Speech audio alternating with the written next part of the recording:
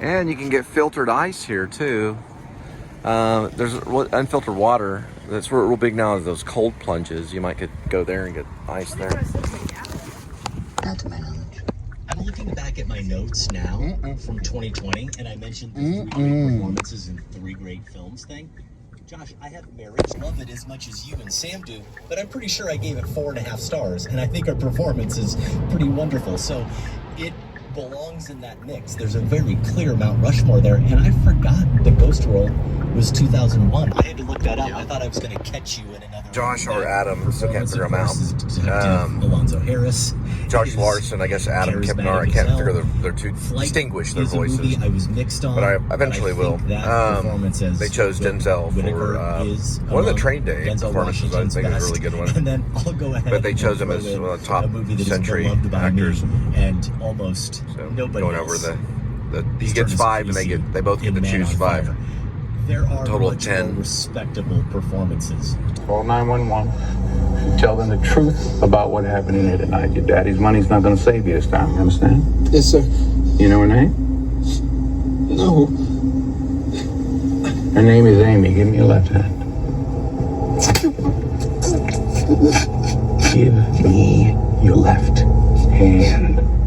And yes, I'm leaving out Remember the Titans and John Q because I don't care for them that much, even though, yes, of course, he's Denzel. He's very good in those movies. Well, that's just it. I'd be tempted to say there's a chance he is in something, and I avoided it because I didn't have a good instinct about it. But everything you've mentioned, pretty much, he's fantastic in. He was number 7 on my board, so definitely in the mix for me. And you highlighted the ones, I don't think it should be his best actor win in Training Day, but it was really these titles that had him this high for me: Manchurian Candidate, Inside Man, Flight, Fences, The Tragedy of Macbeth, and maybe I didn't mention Fences. Fences is obviously his best role. Imperial Gladiator too. Such fun in that one. So definitely in consideration for me. All right, so we are up to my 4th pick, which means you only have 1 left. That's right.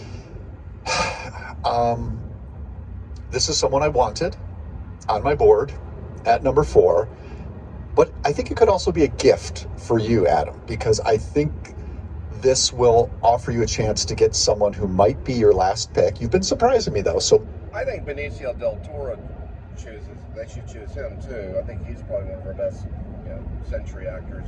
Gary Oldman, Marlon Brando, Jack Nicholson, Dustin Hoffman, Robert De Niro. Just so good in 2002's Infernal Affairs, which Martin Scorsese. They call me old-fashioned. I don't know. Denzel Washington's an older actor, I was thinking about this too today. They kind of share a quality in some of their films, not all their films. They can be dreamboat weasels when they want to be, and I love that. I mean, those are my favorite performances of DiCaprio, and I love when Leung has leaned into that as well. Let's focus on him though now, because this is one that had that instinct of don't forget to look up what he's done in this period, and holy smokes.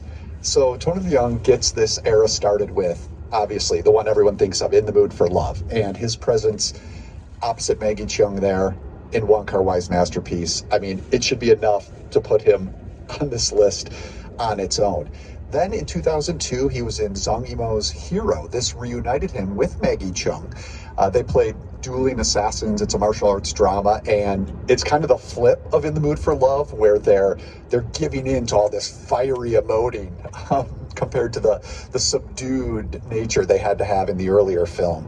2002 Infernal Affairs, that same year, as I mentioned. He's the undercover cop, as was Leo. Now, I wasn't as high on Wong Kar-wai's pseudo follow-up to In the Mood for Love, 2046, but Leung is still really skilled in it. archers. They use 2 fingers.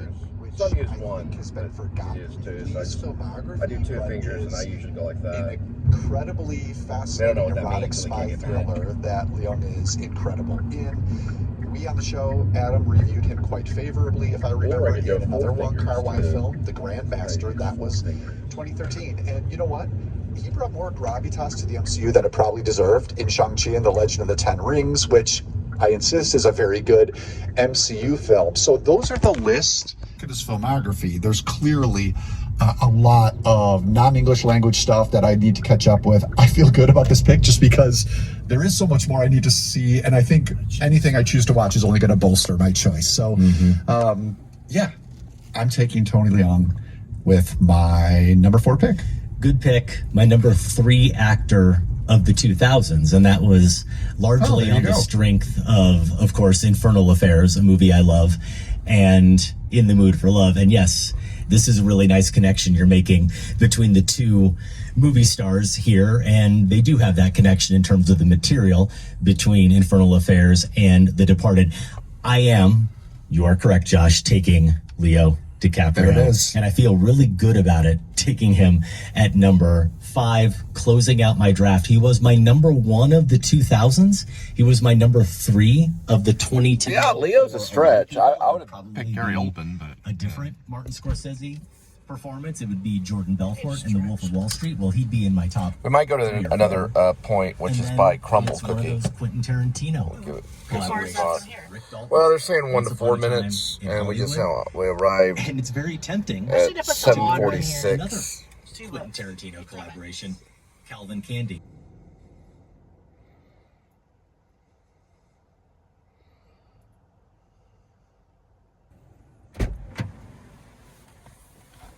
All right, it's a Fuzzy's right next door. So what Adam So we're talking about the Yards Kempenaar and Night, Two Lovers. and Josh Larson have to do is they have to choose But his collaborations with 5 actors apiece, which makes a total of 10 actors of our current century. So from 2000 till now, 2025. So basically over the last 25 years, that's what they're choosing. That's why you're getting a lot of modern day actors like Leonardo DiCaprio, or I guess Denzel Washington is still somewhat modern. And Daniel Day-Lewis. Yeah, you're still seeing these people in the limelight over the last 25 years. So Josh would choose 5, and then Adam Kempenaar would choose 5. So it's Josh Larson and Adam Kempenaar. I'm still trying to figure out who is speaking, who's Adam Kempenaar and who's Josh Larson, but they will call each other Josh. And at the opening of each show, they also talk too of their names. So that's why they chose Joaquin, Denzel Washington, Tilda Swinton. They also chose Daniel Day-Lewis. I think one of the first ones either Josh or Adam chose, or at least they talked about, I think was, which one was it? They both had good things to say about him. It was the first choice of his. It wasn't Joaquin Phoenix, but Joaquin Phoenix was chosen later, and it wasn't Tilda Swinton.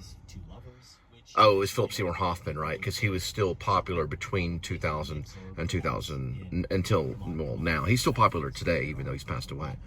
He died a few years back. I want to say he died. It was during my second marriage. I remember because I had kids and he had kids, and I was a father and he was a father, and I was thinking, wow, that guy was a father. That's what I was thinking. And Philip Seymour Hoffman was the first one that he chose. Yeah, I agreed with that one. That was a modern day actor. These are modern day actors between the year of 2000 till now. I am going to go with my third choice. If I can get past That relationship, of course, that... yeah, though So Leo was chosen as a top actor of the last 25 years from either Josh or Adam Kempenaar. They both talk about each one of them. They're talking about, right now they're talking about The Killers of the Flower Moon, which I think was an above average performance of his. Reverence was good. He did win an Oscar for that. But my favorite performance with Leo is his first one, his debut one, which is What's Eating Gilbert Grape, which I thought was probably one of the best performances of a mentally challenged kid ever on screen. When it comes to that age that he was playing and being mentally challenged, I thought it was a beautiful performance. But I don't think anything's topped it yet. So it's just my opinion. He was nominated for that and didn't win. He did win later on with Reverence. I did see that at a drive-in movie theater with my second wife. who got upset with me because there was a dual showing of Reverence, and the next film was Daddy's Home with Mark Wahlberg. I didn't want to watch all of it. My kids were crying and I wanted to leave, so we started driving off, and my second wife got so upset she slapped me.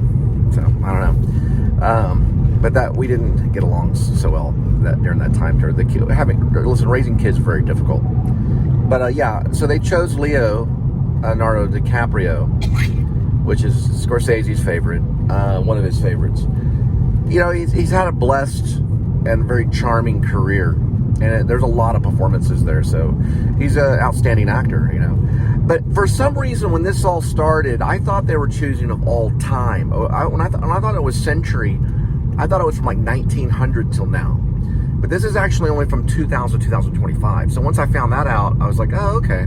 So if they're choosing bases on the 1990s or the 1980s or the 1970s, 1960s, that doesn't count. It only counts from 2000 to 2025 in this particular show.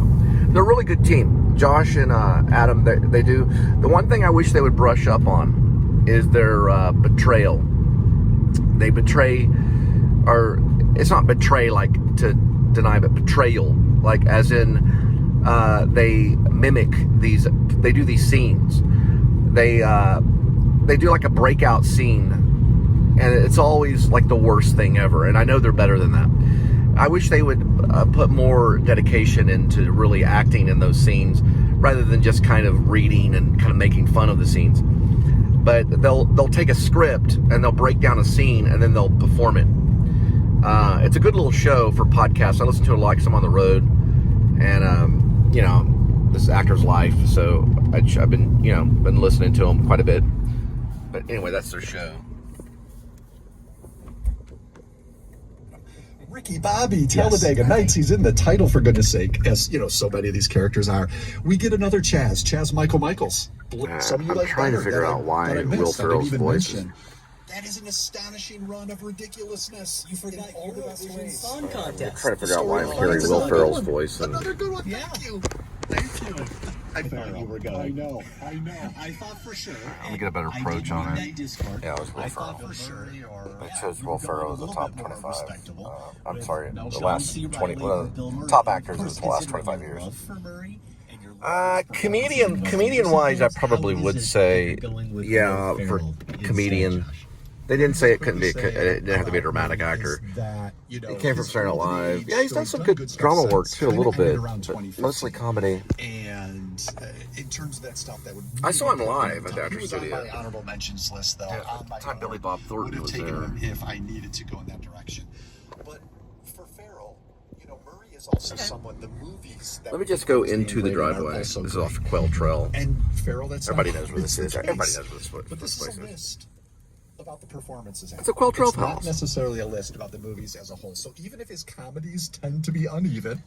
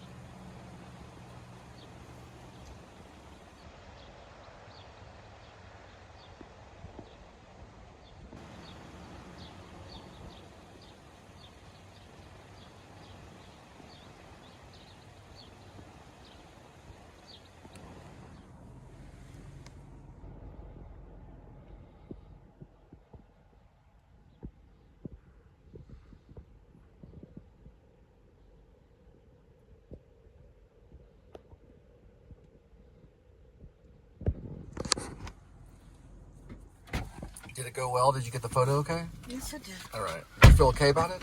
Yes. Okay. Alright, I think it wants us to cash out. It's actually not. It's just what it is. It's just a round. Well, we're still here. Might as well. We'll just go to 9 then.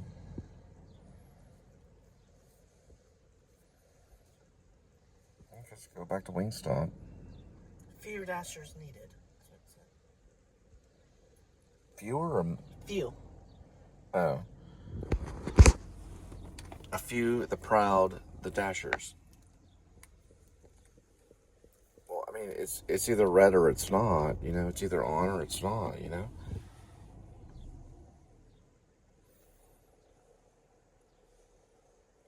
I mean, it's either going to let you or it's not.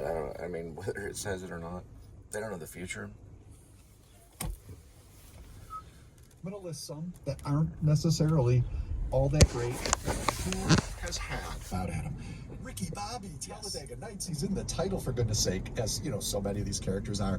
We get another Chaz Michael. I thought the elf was good. I thought he did good as the elf. Semi-pro. Things are a little sketchy movie-wise there, but great characters. Brennan in Step Brothers. Oh, and then the little thing he did on Funny or Die with his daughter. I thought that was really good too. Really good. Wahlberg as Alan Gamble. You know. Whenever you bring it up. Rest of the world has forgotten. I have not. President Business, among other parts, in the Lego. And that was my board. Now they have these billboards now in Texas. Trump, born in New York, but Texan in spirit.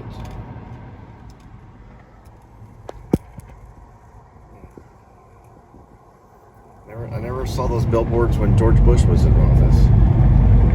Oh, here we go. Can you see where we're going? Okay, because I can't.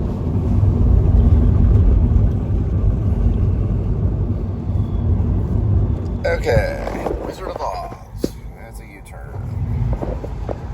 Yeah. Hey, listen. For all I'm considered, Trump's a freaking Yankee. Yankee's always a Yankee, but we got to deal with it. We didn't have it this bad when George Bush was in office, that's for sure. All right, this is a Whataburger. Whataburger's always popular everywhere, but maybe he'll do about half as good as George Bush, in my opinion. When George Bush was in office, it was the only time in my entire life that I had health insurance. When George Bush Jr. was in office. But also, it was when the World Trade Centers fell down, so no one's perfect. All right, going to Whataburger. Oh, and Adam Kippenar and Josh Larson from Chicago.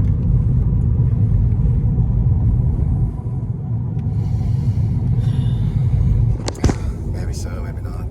That sun is blinding. I mean, just blinding.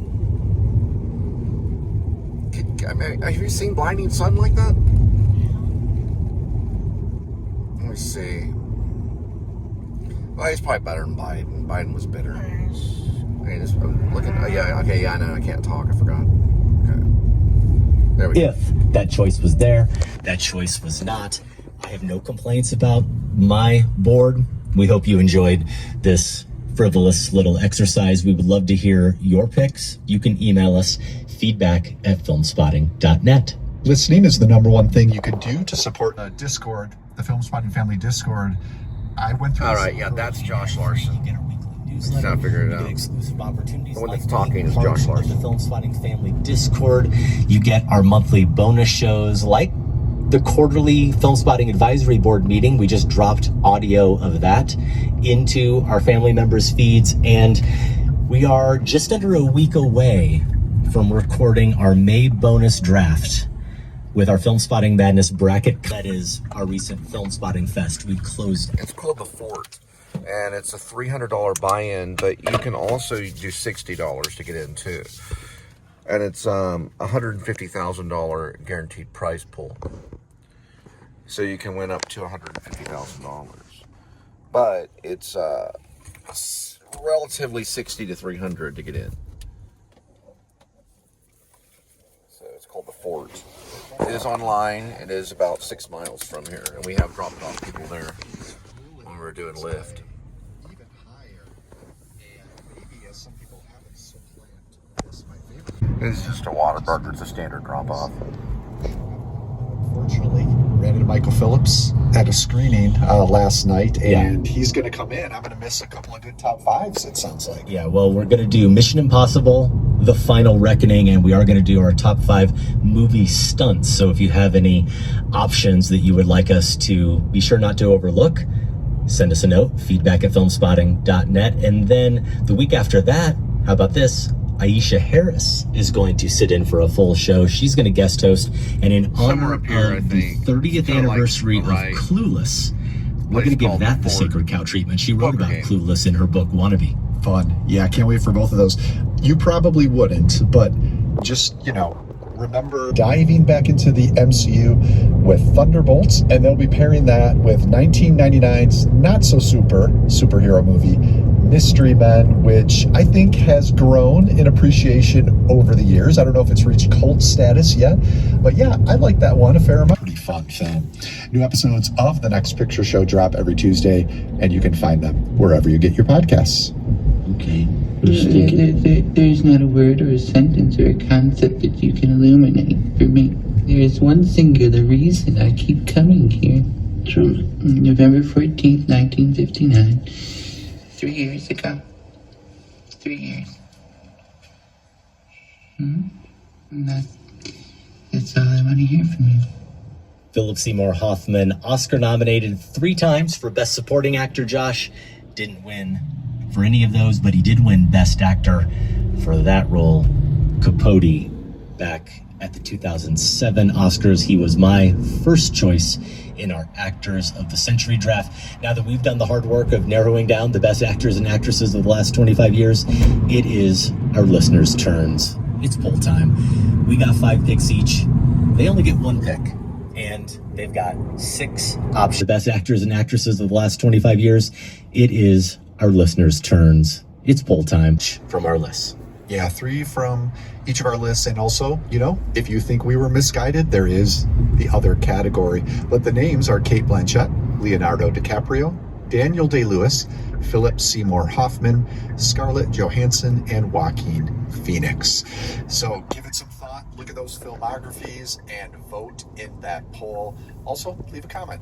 You can do that at filmspotting.net.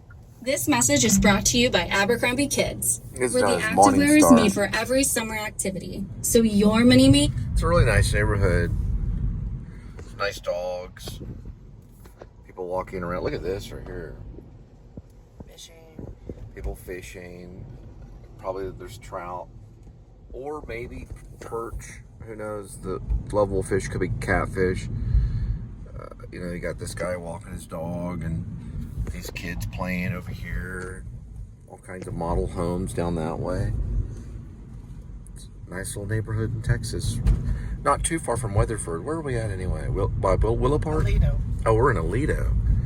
Door dashing out in Alito. 79. It's the 4th film in our Tarkovsky Blind Spots Marathon.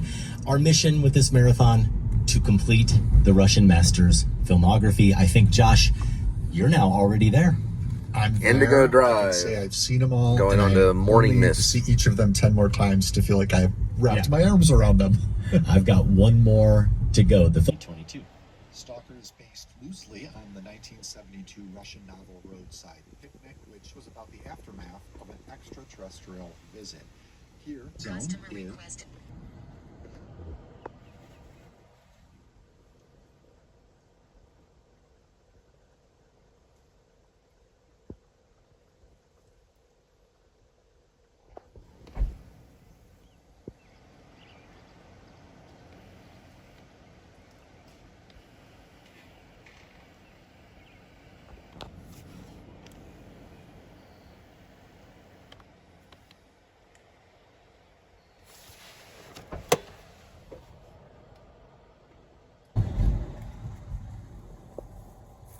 Oh, that one was 8. This one was 4. So we're at 51.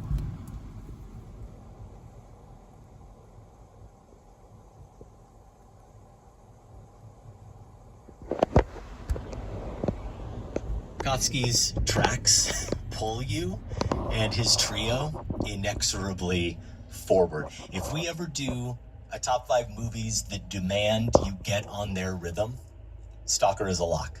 Because not only is it precise in its deliberation, but the sound design features the recurring sound of a train chugging along at a reasonable pace. So there's this near constant thrum just kind of carrying you along. And I said inexorably because there is a sense of inevitability from the opening scene and of obsession, Josh, that reminded me of Close Encounters of the Third Okay, figured it out. His name's Adam Kippenar, the one that's talking, because he just said Josh. He did this time, though. That's Adam Kippenar. Yeah, for sure. Oh, right away. Now figured it out. Coincidentally, was released Kippenar. at the end of '77. Josh Larson's the one with the deeper shooting voice. This film early. You can think of that as Larnax. Larson Larnax. Right, He's got a deeper voice, right. Back in '77. So, What prompted Adam that thought was has that the opening, higher that voice. haunted, Adam Kippenar. That's Adam emotionless Kippenar. look on Stalker's face Josh as Larson he walks is out the on his one wife and child. with the She's deeper voice. pleading with him to stay. Just figured it and out. he is Think of Larson Larnax. determined to go. And his line is, "I'm imprisoned." So the one that's speaking right now is Adam Kippenar. I'm imprisoned everywhere. At this point, Trying to figure out. as viewers Then know anything really he just says about Josh. So Josh Larson the has a deeper zone voice. is or what his That's job Adam is, talking. but the implication is that if he's not doing whatever Adam it is Kippenar. he's setting out to do, if he, those railroad tracks, and we hear those click of the tracks, right? That sort of monotonous lulling thing. But then you also get, and this is before they've gone very far, this weird metallic echoing that follows them. And it's just communicating that this is a different space. It has its different rules, different sounds, different feelings. And so, yeah, the sound design is absolutely key here. And just to go back to this figure of the Stalker, I also want to I did see some of Stalker, yeah, Tarnowski's. It was one of his later films. It's actually pretty good. Pretty artful. someone who, with every 3 items, 8 sauce. expression and with every line reading, seems to be giving you 3 or 4 different ways to interpret what might be going on in his head. And I think it's such a feat, Josh, to be inscrutable, to inhabit characters that in their own way are inscrutable without being alienating or distancing. And you do still have to be drawn to these characters. And he can be distancing. My first time with There Will Be Blood, the calibration was off for me, but it has never been off with around 2015. And in terms of that stuff, that would really put him at the top. He was on my honorable mentions list, though, on my board. Would have taken him if I needed to go in that direction. But for Farrell, Murray is also someone, the movies that we think of him as being great in are also great. Mm-hmm. And Farrell, that's not always the case. But this is a list about the performances, Adam. It's not necessarily a list about the movies as a whole. So even if his comedies tend to be uneven on the whole, I'm going to list some that aren't necessarily all that great. Who has had a better run of comic characters since 2000 than these names?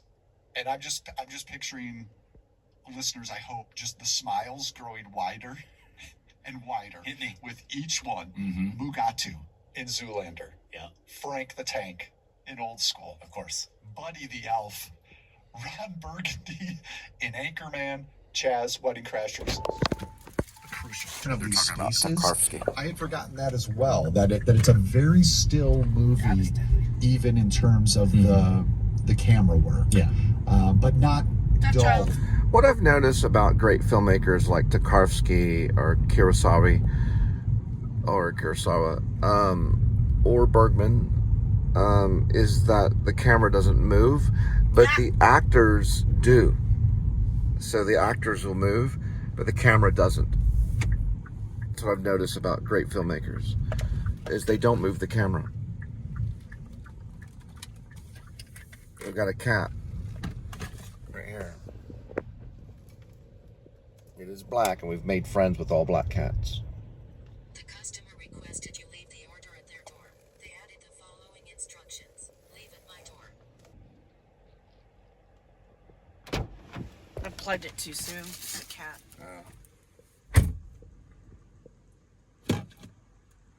I don't know if the cat can walk around you.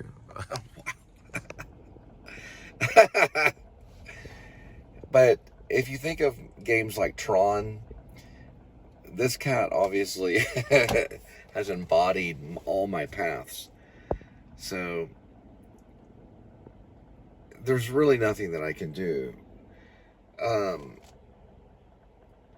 We have made friends with black cats, and we are crossing the path. Mojo was a black cat, but I think he had a white spot. That was a cat I had that was all black. We do have a cat that comes by named Amy the Witch. We also call the cat Midnight Kitty. And the cat is also called Skinny Midnight. It's an all black cat. They seem to have no fear. There is a myth about the black cat and the witch. And Amy the Witch, it's a story that we've dealt with this cat.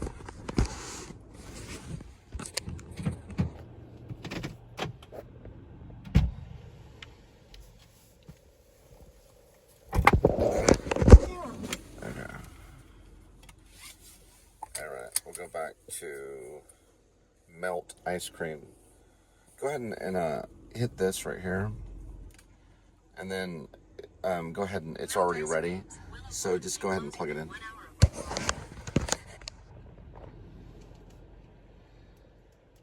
Something about 1 hour. Just don't worry about it. It means it's right over there, but otherwise we don't really see the room. It's withheld from our sight. Even when they can turn and look at it, the camera doesn't show us until the very end, of course, when the camera finally goes into the room. But the entire movie, Josh, how do we know? How do we know that the room can actually perform the miracles? The zone talking to him, and then later there's a telephone call. There's a telephone call in a place where I'm guessing no one's actually set up a telephone. But other than that, Josh, there's anything within the landscape that's actually alive or shifting. We're just left to believe what Stalker tells us, even when our own eyes, the camera, and other characters' eyes say that, look, where we're going is right there. It's straight ahead. But Stalker's telling us, no, you can't go that way. You have to take a different, much more convoluted route. So I think that's a big part of it. But also, it's how Tarkovsky brings us into the world of the zone. And you reference this with the sound design, but it's that hypnotic ride in the rail car. And the close-ups of the faces, that long ride on the rail car. The close-ups of the faces, the sound along the tracks. Then we get mixed in.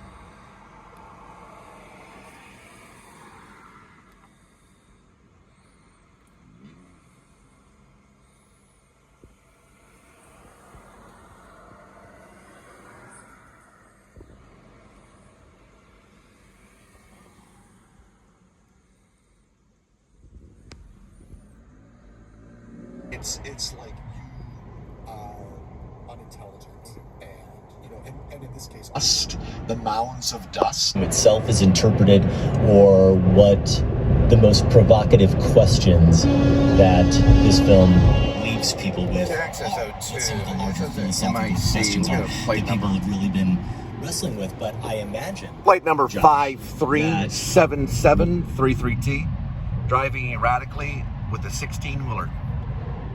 Empire TR, tag number 5305.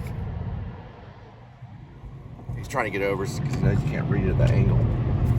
This way. Okay. I got him targeted. We're going to try to get the complete tag number on the diesel. 5305483, Empire TR. The tag number is on license plate 537733, T as in Tom. Driving erratically, most likely probably drunk. Like probably those cops are too.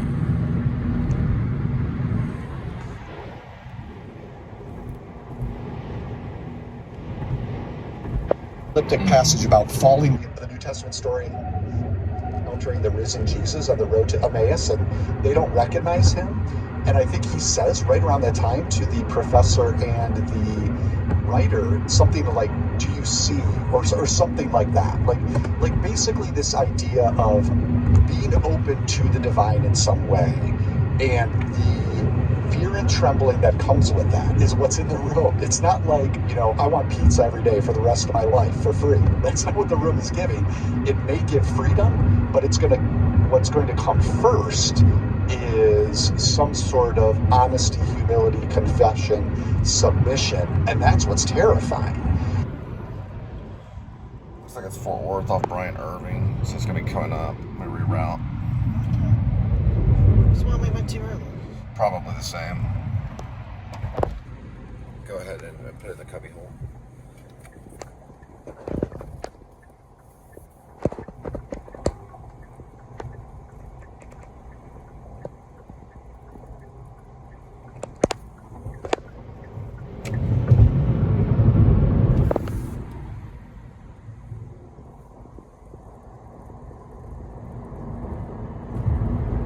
Sometimes they'll give you special instructions, like make sure they have ranch and things like that. So you might want to pay attention to that and read the entire screen too. Yeah. Because it can get complex. I DoorDash for about 2.5 years, so this is a revisit for me to DoorDash. Oh, they have a Dogtopia. Cool. Buffalo ranch fries with ranch. It's probably a partner. Okay. Probably a partner. Oh, I know where it's at. It's on the other side.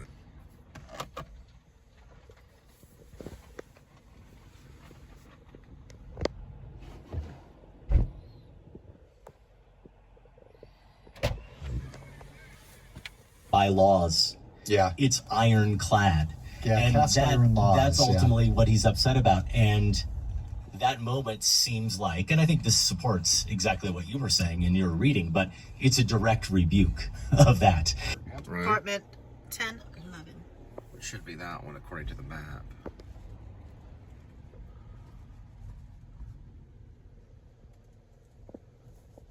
I've gotten way better with these maps when I was working it 2 years ago for apartments. You see any numbers anywhere? No.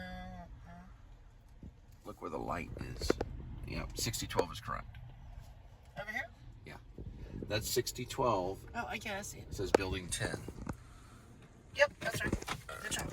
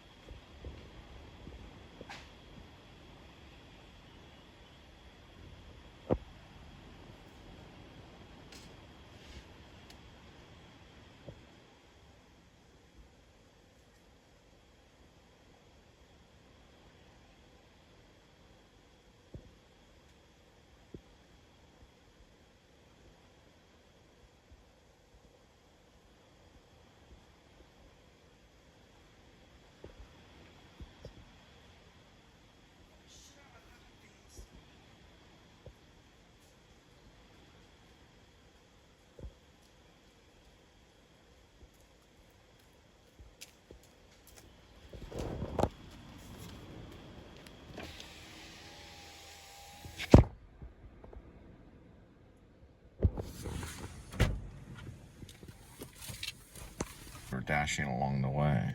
Yeah. So I guess we got one along the way.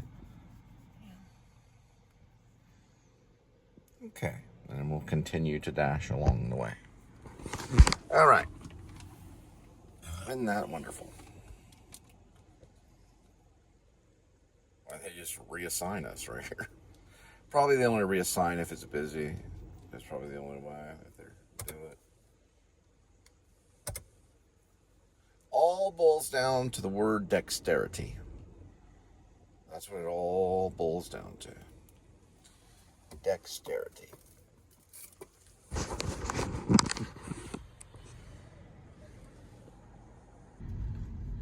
Available at WBEZ.org. For Film Spotting, I'm Josh Larson. And I'm Adam Kempenaar. Thanks for listening. This conversation can serve no purpose anymore.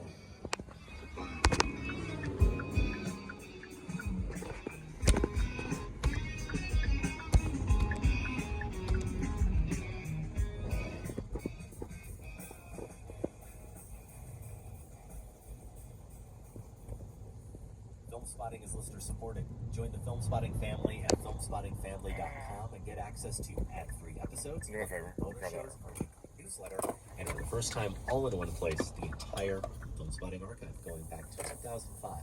That's at filmspottingfamily.com.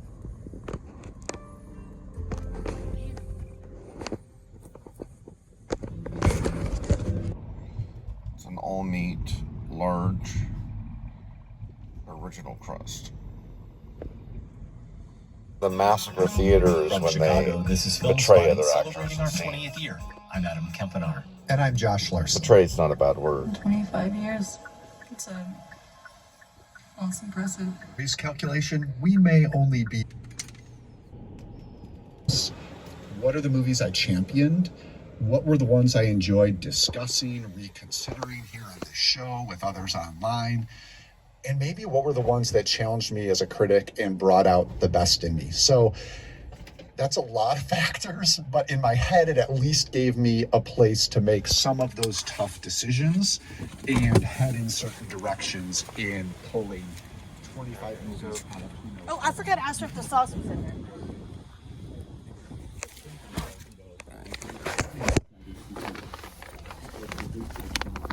First of all, don't use this big bag right here. You want it to be stabilized. You want to use a tighter bag. You'll slosh around in a big bag. So you use this bag right here. I'm going to use that bag. Okay, that's fine. She got a couple things. And if you want to do one more on there, check here. Now, is this additional? Is this additional? Yeah, she already got 5. So this we is put food ours right in there. here. I'm getting honey mustard for my crackers, and I gotta Okay, that's a for a snack? Yes. Okay. All right, that's her. What we're partaking in. Yeah, I kind of headed that direction just instinctively. I know he proposed setting that as a rule for all of us, and I don't think there's anything wrong with including multiple films from the same director. So I didn't think we needed a... Was it father-daughter drama? 22, The Boy and the Heron. Now the consensus Miyazaki would probably be Spirited Away for a list like this, which I do love, but there's something about a master surprising you at the end of his career. Number 21, and this is the one I want to spend some more time on. Dick Johnson is Dead from 2020. Documentarian Kirsten Johnson fashioning just something utterly unique here. And reconciling reality and fantasy, and reckoning with your mortality. Dick Johnson is Dead checks off a few of these boxes. 24, the film I caught up with recently because I had the opportunity to interview the filmmaker at the recent Chicago International Film Festival. It was a Palme d'Or winner. I really liked it when it came out. We reviewed it very favorably on the show, but watching Shoplifters again cemented it truly. Shoplifters is a really good film. I saw it. It's an Asian film. At number 23, I have one of those movies that is for me, and I don't care how anyone else feels about it. No, it's not Joe Wright's Pride and Prejudice, but it is Joe Wright's Atonement. And we're going to continue Atonement's not bad. It's actually pretty good. with the next two. Following Atonement, Joshua Oppenheimer's The Act of Killing document.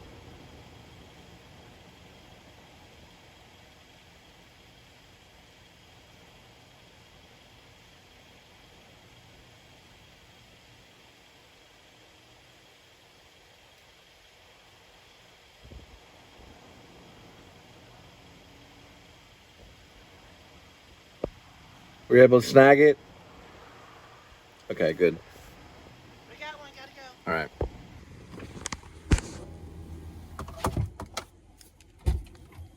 Yeah, I heard it go off when you're on the stairwell. Let me just grab it real quick. It's a Chipotle. They close at 10 or 11. Right. Okay.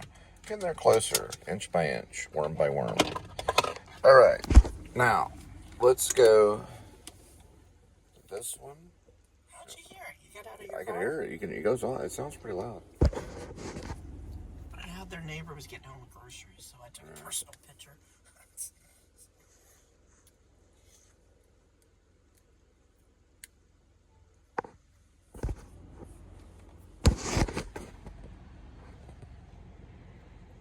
Start car play. Then we go to media. 22. And we're going to Media again. Going to your. The show began. How did you set about accomplishing this feat? It's I mean, you 11:04, weren't kidding, right? and this being hard, which I didn't expect. We did our best. Since then, I think about this movie.